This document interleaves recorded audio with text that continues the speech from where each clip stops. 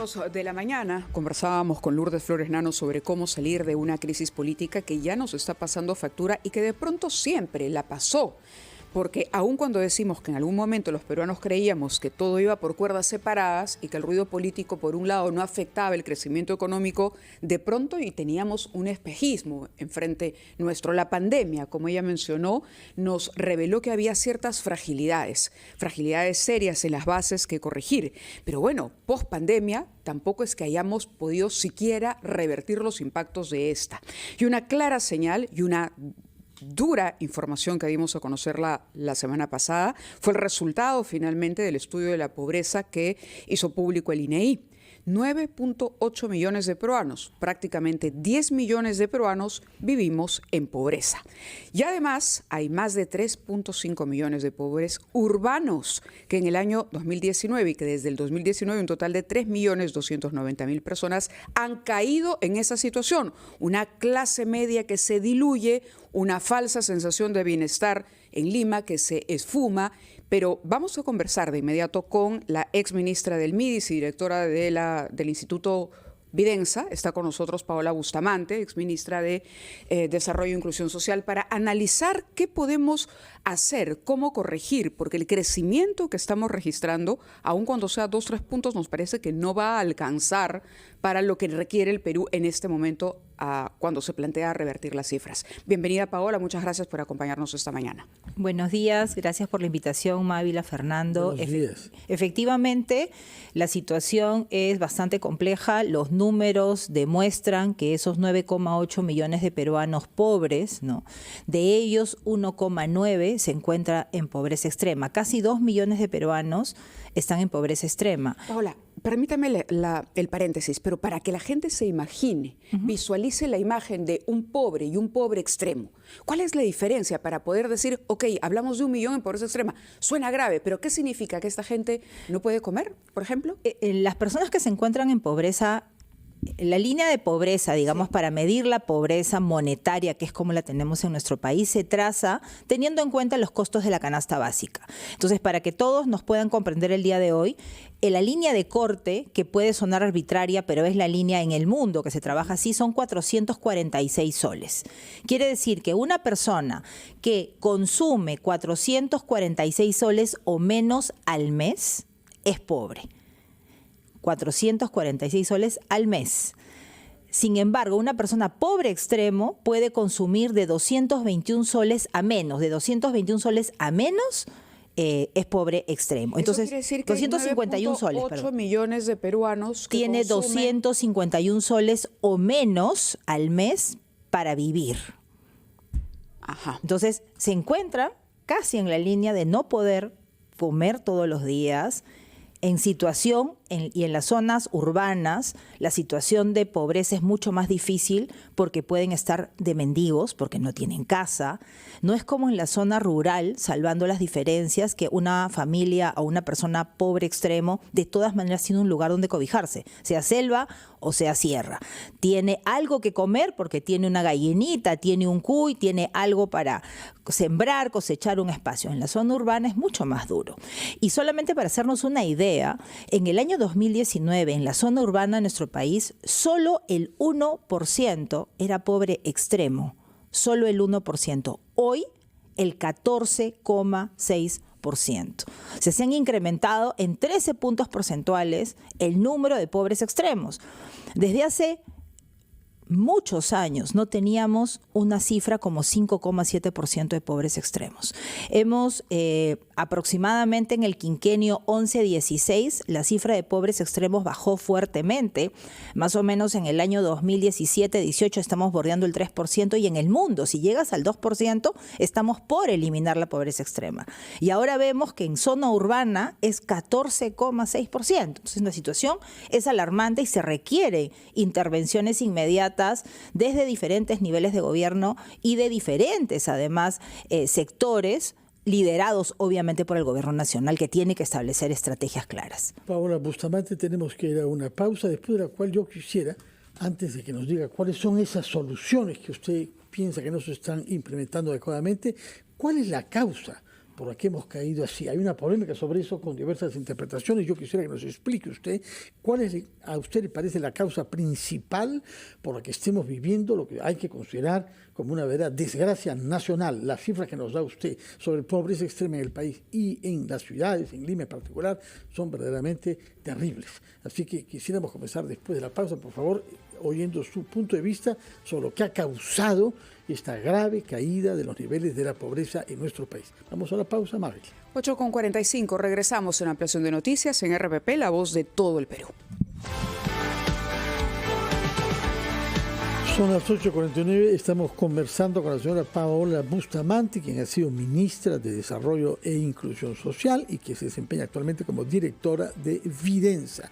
Y le habíamos planteado la pregunta: ¿cuál es la causa de la caída? La presidenta Dina Boluarte ha sostenido que la causa principal son las manifestaciones violentas, tal como lo dijo ella, que se produjeron a fines del 22 y principios del 23. 500 manifestaciones, calculó ella. Pero un artículo del especialista en pobreza a nivel mundial, Javier Herrera, ayer sostiene que la pobreza cae sobre todo a partir del mes de agosto, es decir, no durante el primer trimestre cuando se registraron estas protestas. ¿Cuál es su punto de vista sobre las causas por las que ha caído de una manera tan drástica, digamos, la pobreza y la pobreza extrema? Bueno, uno de los puntos que tenemos que tener en cuenta es la situación económica y la crisis económica que vive el país debido también a la crisis institucional. Entonces, cuando se ralentizan las inversiones, no solamente las privadas, la inversión privada, sino también la pública, no hay empleo. No se dinamiza la economía y son parte de las razones por las que no tienen recursos las personas para alimentarse. Acordémonos que la pobreza monetaria se mide por consumo. Si no tengo recursos para alimentarme, no declaro que efectivamente pude consumir, entonces la situación se pone más crítica. Lo segundo, para la caída de pobreza de los hogares está vinculada con enfermedades, ¿sí? Cuando una persona en la familia se enferma, eso implica que lo poco que tienen va para salud, teniendo en cuenta el sistema de salud que tenemos en nuestro país bastante precario. Por lo tanto, también hemos tenido situaciones de enfermedades en nuestro país en diferentes zonas del Perú, evidentemente, por ejemplo, ahora el ejemplo del dengue. Hemos tenido el año pasado también afecciones en el norte de nuestro país. Y en tercer lugar, el tema de factores climatológicos. La situación de desastres naturales, el yaku, también generan reducción de ingresos, digamos, para los hogares por pérdidas muchas veces de su capital, y eso hace que incremente la pobreza, obviamente bajen el monto de consumo. Entonces, vemos que en el país se han dado situaciones críticas en este segundo semestre, efectivamente, y no en vano, el ministro de Inclusión Social en octubre ya fue señalando que la pobreza se iba a incrementar. El problema aquí es que no se trata solo de vaticinar que la pobreza se va a incrementar, sino qué tipo de acciones debieron implementarse en ese momento para que el shock no sea tan fuerte. Por lo tanto, en esa línea, y teniendo un poco la pregunta que hacía Fernando previamente al corte, me parece que entrar ya a mirar, ya sabemos las causas por las que las personas entran en pobreza, sabemos que nuestro país requiere crecer. La única manera de reducir pobreza para comenzar es que haya mayor inversión privada. De esa manera, habrá más ingresos en la caja fiscal para que haya mayor inversión pública, se dinamice la economía y se genere empleo. En segundo lugar, cuando las familias no tienen para comer, se necesita generar por lo menos empleo temporal. En su momento debieron haber incrementado, y en algunas personas salimos a dar la voz de alerta de que programas de empleo temporal, sobre todo en zonas urbanas, eran necesarios. ¿Es algo que se ha hecho antes? ¿Ha funcionado? Ha funcionado en la época del expresidente Toledo. Se creó el programa A Trabajar Urbano, por ejemplo, de empleo temporal. Se hizo un trabajo enorme con especialistas de OIT, y en algún momento en la vida de A Trabajar Urbano se llegó a generar empleo temporal simultáneo de 100.000 puestos de trabajo entre 4 y 6 meses, porque el empleo temporal es justo eso, llegar con un shock que permita que las familias tengan para comer. Entonces, ¿cuánto tiempo toma crear un proyecto como es un programa de empleo temporal como el que usted recuerda que Toledo fue capaz de hacer en su momento? bueno, en su momento fui parte del equipo de diseño, de hecho, a Trabajar Urbano, y nos tomó aproximadamente 4 meses entrar en proceso de diseño, y a partir del 5.º mes comenzamos implementación y completar el diseño. Ahora, este programa A Trabajar Urbano, luego en la época de García se convirtió en Trabaja Perú, Construyendo Perú, y ahí ha ido cambiando un poco el nombre. Hasta ahora último me parece que le pusieron Lurawi, si no me equivoco. Sin embargo, no se tiene la estrategia fuerte, clara y decidida del gobierno de entrar a generar empleo temporal. Ojo, no estamos hablando de programas de empleo temporal de que las personas salgan a barrer a la calle como en la época del PAIT, ¿sí? No estamos hablando de un empleo de barrer, no, estamos hablando de obras de pequeña envergadura, veredas, por ejemplo, todo lo que implica los muros pequeños de contención, justo preparándose a un niño futuro. Son los tipos de obras intensivas en mano de obra no calificada, que justo son las personas que no tienen empleo y que lo requieren. Hay un estudio y una estrategia hay para una ver estrategia en el mundo. Exactamente. Claro, se requiere precisamente de esa mano de obra que al mismo tiempo puede servir de alguna manera como, una ayuda para la gente que se queda sin trabajo, por lo menos durante algunos meses. Eso es en una línea para, por lo menos, apoyar el proceso de sobrevivir de las familias en ámbito urbano. Continuar, evidentemente, con las intervenciones de los programas sociales. Hay una intervención interesante que acaba de ser evaluada, que es la intervención del programa Juntos en Zona Urbana, para llegar con un programa que es Juntos Primera Infancia, que es captar a la madre a la madre embarazada, captarla en Juntos para que vaya a sus controles, le hagan una transferencia adicional a lo que ya tiene, y de esa manera garantizar que el niño nazca con buen peso, tenga sus controles, la alerta sobre anemia. Son intervenciones, por ejemplo, en esta que se ha adaptado a ámbito urbano, pero de ahí no hay más que el Estado esté trabajando intervenciones en ámbito urbano. Uno de los temas que no es menor es el transporte público. Los pobres se trasladan, si hablamos de Lima, de un cono hacia el centro o atraviesan de un cono a otro para trabajar. Son horas, gastos en transporte, gastos de recursos que son escasos en las familias. Por lo tanto, no es menor la intervención que se tiene que trabajar desde el Estado, priorizando políticas sociales que efectivamente, como lo acabamos de hablar, empleo temporal, por ejemplo, pero también se tiene que ir pensando ya en cómo avanzamos aceleradamente en esta reforma del transporte que permita que en corto plazo las familias se desplacen de un lugar a otro para trabajar. Hay un hecho que me llamó la atención en la publicación del INEI. Una de las regiones que menos ha ejecutado presupuesto es Lambayeque. Y sin embargo, Lambayeque está bien en el índice general de la no pobreza. ¿Eso qué cosa quiere decir? Que la solución es la inversión privada. Porque si no se ejecuta el presupuesto, creo que es menos de 20% lo que se ejecuta el presupuesto de Lambayeque, y sin embargo figura entre los 5 mejores desde el punto de vista del número de pobres, si no me equivoco. Corríjame usted con toda libertad si estoy exagerando. No, sí, efectivamente, Lambayeque es uno de los 4 departamentos menos pobres. Lambayeque en el año 2022 estaba en 14% de pobreza y ha subido a 17,9, casi 18, 4 puntos porcentuales. Si bien es cierto, es dentro de los menos pobres, ha incrementado en 4 puntos porcentuales.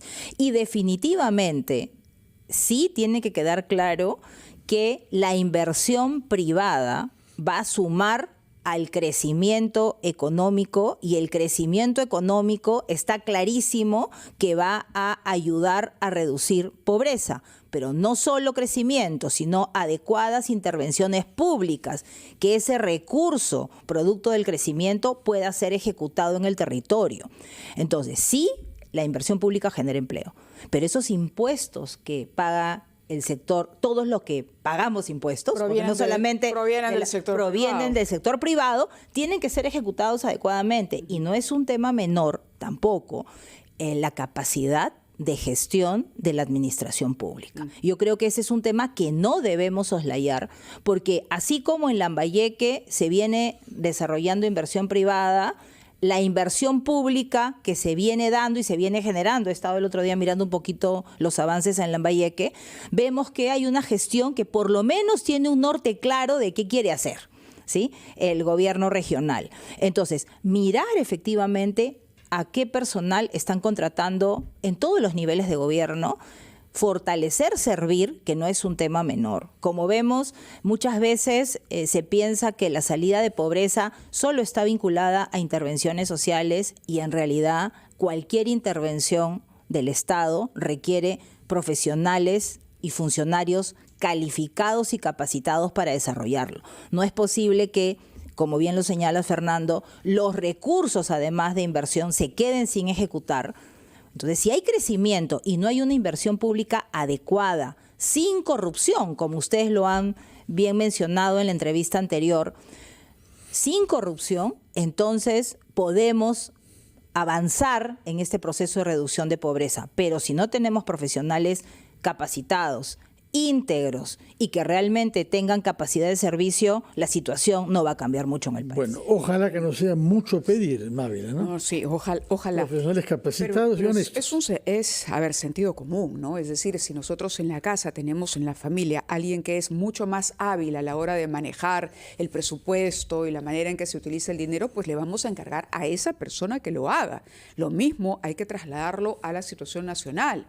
Es decir, no podemos confiar la gestión del dinero que tanto nos cuesta como país finalmente recaudar para que haya funcionarios que no están capacitados en el uso de esos recursos. Paola, muchas gracias por haber estado con nosotros, sobre todo por la explicación de las causas, pero también por darnos estas salidas que de pronto pueden emplearse y que ojalá no nos demoremos mucho tiempo en poner en práctica. Muchas gracias a ustedes. Buenos días, y efectivamente esperamos que el gobierno en breve plantee una estrategia clara y de intervención inmediata para cambiar esta situación. Muchas gracias por la invitación. Tomamos nota de algunos lineamientos que pueden derivarse de lo que usted ha dicho, a lo que hay que añadir, que no se destruya, servir.